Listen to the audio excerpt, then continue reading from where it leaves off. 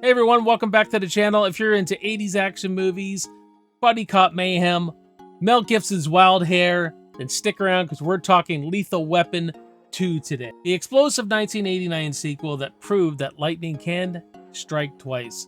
So let's break it down.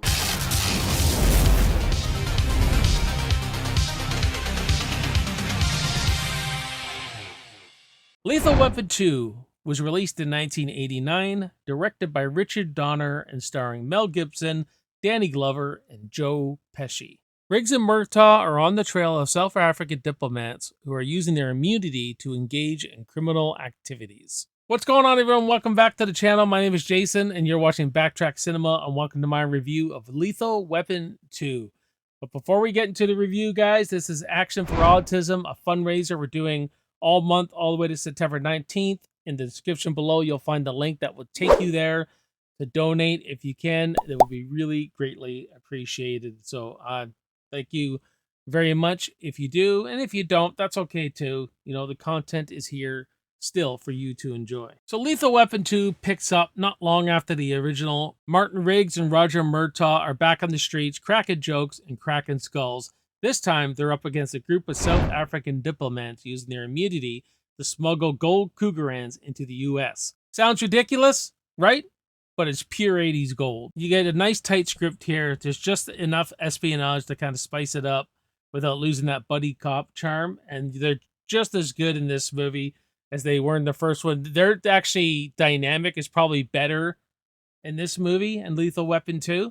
And when you add Joe Pesci into the mix, it just creates this threesome of freaking just banter that you just can't.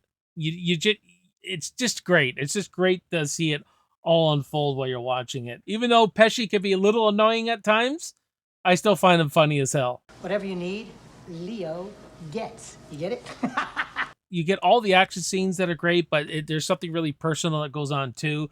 They build off something from that first movie when we know that Riggs' wife died in a car crash and everything like that. They kind of expand on that, which makes this really personal now to Riggs. When we find out that these diplomats, these South African guys who have all this immunity and everything like that, one of them ran Riggs's wife off the road, so she was actually murdered, we find. And when Riggs loses his shit at the end of this movie,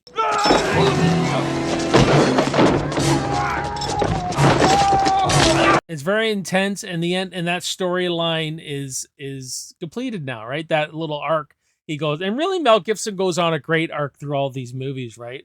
As this grieving freaking widow, so, you know, finding this family and Danny Glover's family, finding his wife's killer, who didn't even know his wife was killed. You know, then he meets Rene Russo. They have a family all the way to the end, where, you know, he kind of gets that real hard edge of him really loses in each movie. You know what I mean? I think that's why I like the first one so much, because he's just so unhinged. But yeah, very much Martin Riggs' story in this, and I really like how there's a lot of humor weaved in through this, more so than the first one. They up the action a lot. It is probably a better action movie than Lethal Weapon 1, even though I do prefer Lethal Weapon 1 more. And you get a really nice scene where he talks to Danny Glover's wife, Trish, about, you know, what the day that happened when he found out his wife Vicky was killed, and there was this gold pen and everything like that. So, and also like how they got all these, they're actually like a team. There's Riggs, Murtaugh, but there's all these other cops, and all these other cops get taken out. They don't flesh them out enough and stuff like that. Like Riggs and Murtaugh are supposed to protect Joe Pesci through this movie. They've been kind of given this shit assignment just to watch this, you know, Joe Pesci's character who was laundering money for these guys, and it breaks them into this case and everything like that. But like going back to Mel Gibson, I like what he does in this performance. He's not suicidal now. He's not as unhinged. Well, he gets unhinged for a reason more in this movie. You know what I mean? Near the end there, where he's like, I'm not a cop no more. He just takes everyone out. He's badass. He's very intense in it. You know what I mean? But he's come to a place where at the beginning, he's kind of at this place where he is happy with Danny Glover's family and how he really fits into their family and everything. But you see this loneliness about him. He's lonely now. And there's a girl that he ends up being with, and she ends up being killed, kind of thing. But that kind of like fills that loneliness. But you knew she wasn't gonna last long in this movie. Danny Glover still got a lot of heart in this movie. He still, there's still a lot of laughs with him.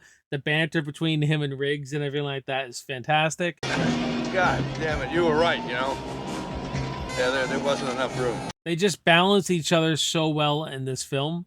I find, I just love Danny Glover in this too. And Leo gets whatever you need, Leo gets. Right? Like I was saying before, he's a little annoying, but you grow to love the guy. There's something kind of lovable about him. The music and the soundtrack, they're still great. Eric Clapton brings the blues guitar again, weaving it in through this whole film. It's great. It really fits the characters and the story. And Michael Kamen's back for the soundtrack too. It's got a cool, laid back, jazz funk edge that I really like. And with all this chaos and action, it just seems to blend really well with it. It's not your typical action score really with these movies, but for some reason, it really gives Lethal Weapon its own identity. I've always loved the sax and the blues guitar going through all these movies, you know what I mean? And the movie delivers some iconic action. The legendary toilet scene is great, where the bomb goes off in Danny Glover's bathroom. Guy's always fixing his fucking house, man, I swear. Riggs goes full of Rambo, when he's protecting his girlfriend there at the trailer and everything with the machine gun and everything to get away in the truck, or when he yanks the stilt house with his truck, he pulls it right out off the cliff. That's just badass. And all the physical fighting he does and just the intimidation factor he does. There's a scene where he shoots at a fish tank in the guy's office, and the way he stares them down, and just the delivery of his lines is just so freaking menacing. You know what I mean? I love when an action hero intimidates the villain. That's what I love, that stuff. Just love it. You fold up your tents and get the fuck out of my country, and I won't do anything to you. I'll leave you alone. Because if you stick around here, I'm gonna fuck your ass. Lethal Weapon 2 cranks up the action, but it's always rooted in character. They're never sacrificing character for the action, which is great, right?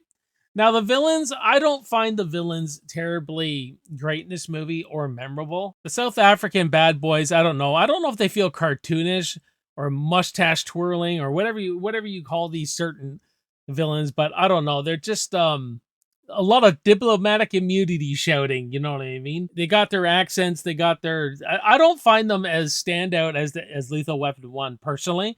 I know a lot of people like them. I guess, they're evil for sure, but they're just not particularly memorable. And there's the one henchman there, the one who killed Martin Riggs' wife. I forget his name and everything like that, but I don't know. He almost feels more like a plot device, like he's there for that plot line, because I do not like the end fight between these two. I don't feel it as much. And when he knocks Riggs down to the ground, he keeps him there. This is more, I guess, I don't know how this was in the script or whatever, but he keeps kicking Riggs. Riggs is not allowed to get up. It's like, when you're playing a video game and someone's, spamming you or something like that, won't let you, like remember old Street Fighter, and they wouldn't let you get up. They'd kick you down and kick you down. This feels like a ripoff, because I really wanted a fight.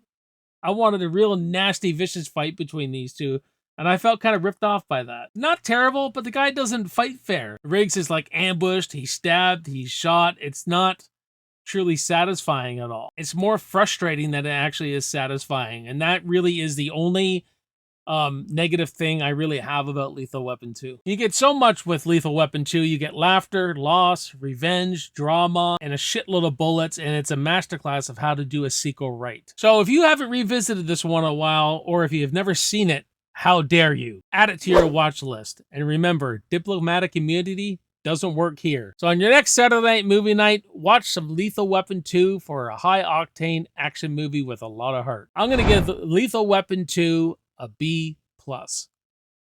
So that is Lethal Weapon 2, guys. What did you think about it? Do you like it? Don't you like it? Let me know in the comments below. We'll have a great discussion on this movie as always. I really thank you all for watching. And if you can donate to the fundraiser for autism going to September 19th, I would really appreciate it. And so would they. This organization is great, doing great things. So that will do it for me, guys. Thank you for watching. I really appreciate you all. And My name is Jason. You've been watching Backtrack Cinema, and I will see you in the movies.